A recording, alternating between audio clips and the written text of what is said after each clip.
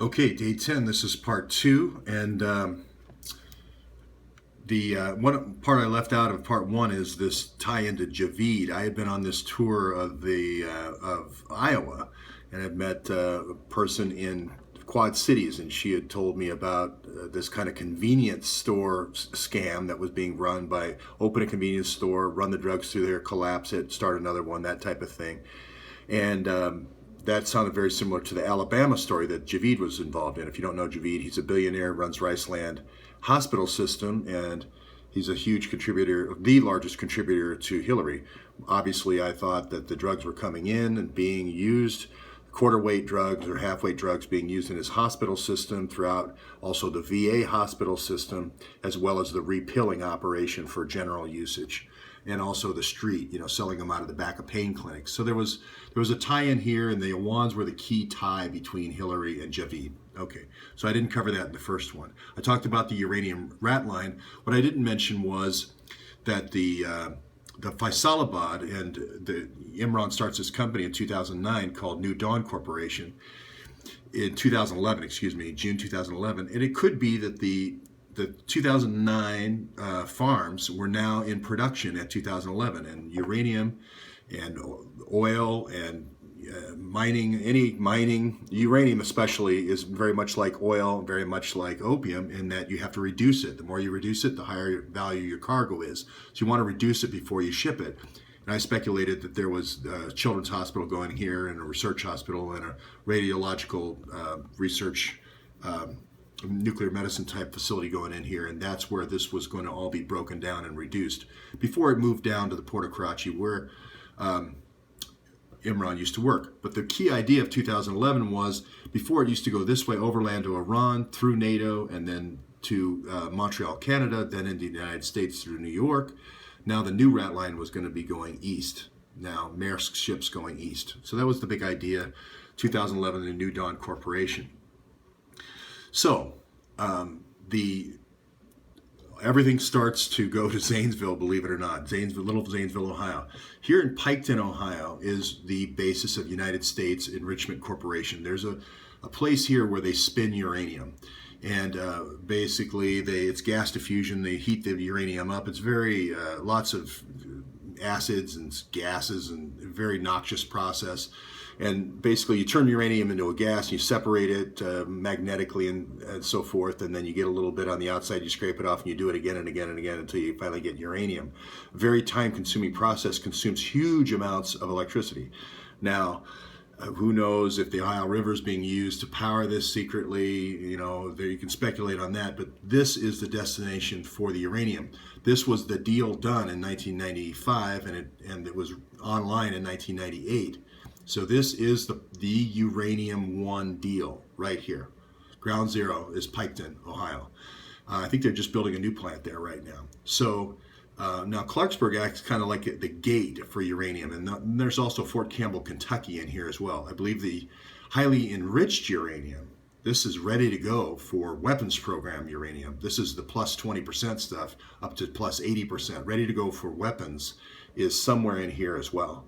So naturally, the thinking was, if this company was involved in re-enriching uranium coming from the Soviet Union coming to Piketon, wouldn't it make sense on the return trip to Charleston to take the highly enriched uranium and sell that to the developing countries for their arms programs? So that's basically sell the old used stuff, sell the new stuff going one way, the used stuff coming the other way.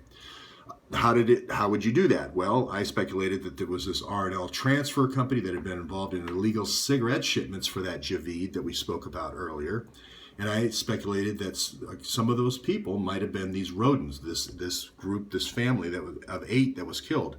They had an industrial drug operation with hydraulic lifts. It was underground, full ventilation facilities, tremendous amount of power that it was being used. It was off by itself. Somehow these 8 people with automatic weapons and dogs everywhere all get killed. That's a professional operation. That's a DynCorp type operation. I speculated there's a DynCorp sheriff over here in Clinton County where R&L transfer is. So I also speculated that the uranium was being flown from South Carolina to Springfield, Ohio, to an Air Force Base, Wright-Patterson Air Force Base, which R&L Trucking is right in between Dayton, Ohio, or very close to Dayton, Ohio, and the other end was Piketon, where these Rodens lived. Now, I also hypothesized that there was a Kentucky leg to this trip. So the uranium one deal is between Clarksburg and all these FBI and so forth, and Fort Campbell, Kentucky, and Piketon and Dayton, right in here. So I was going to investigate. I was on my way, and I have a law enforcement officer that can testify to this that I was with that afternoon I was arrested. I was going to R&L transfer. I was going to Clinton County to visit the DynCorp sheriff, and I was going to Piketon.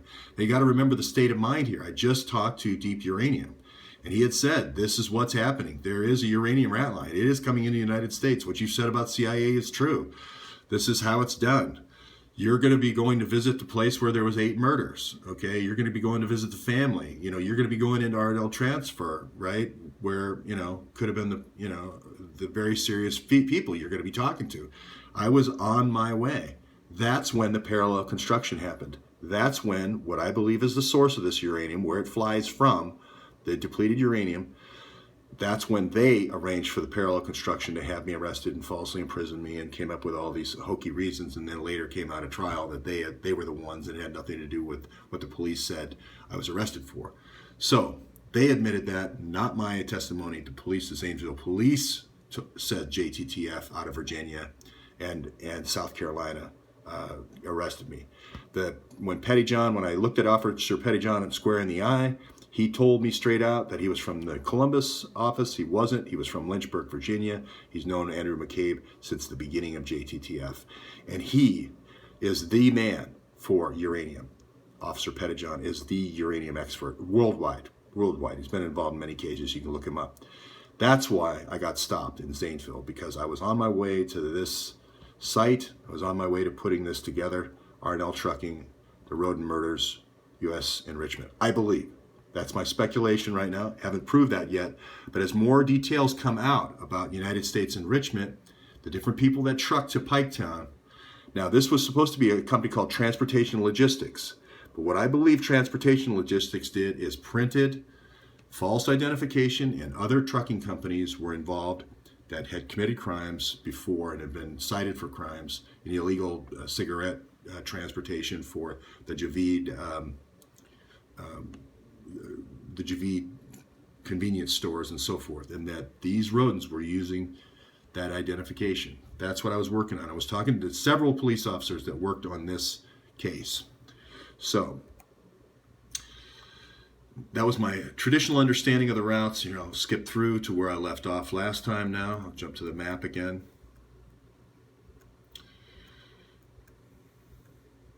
So here we are at that map. There's state of mind. I'm going into where the 8-way murder was, and I was going into Clinton County. I get arrested.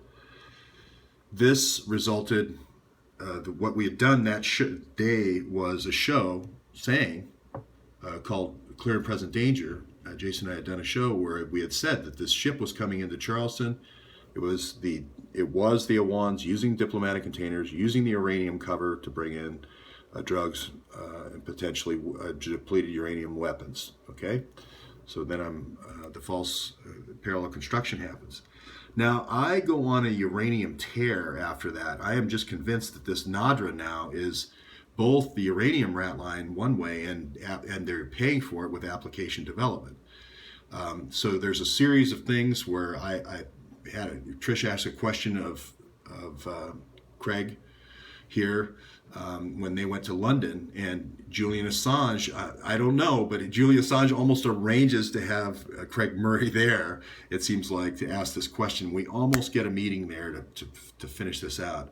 But you can see that Crowdsource of Truth did several great shows. You should watch them. This is, is NADRA dessert topping or floor wax? This was the idea that NADRA is both a banking funnel and it was also a uranium rat line. So, and here is the same idea. Same idea here was when we did this show, Chasing NADRA. George was just, all over the place chasing NADRA, thinking that, hey, this is both a bank, this is a way of paying the uranium rat line, as well as a way of getting paid by the Department of Homeland Security for developing the NADRA satellite applications. Okay, so here we are today. Somebody's going to get arrested today. I say it's going to be Paul Manafort, and I believe he got tricked to pay Victor Pinchuk to take money from Victor Pinchuk, who is a longtime Clinton supporter, has given Hillary tens of millions of dollars from the Ukrainian oligarchy. But I do think they tricked Manafort into giving Trump some money, and I think Trump's going to get arrested today.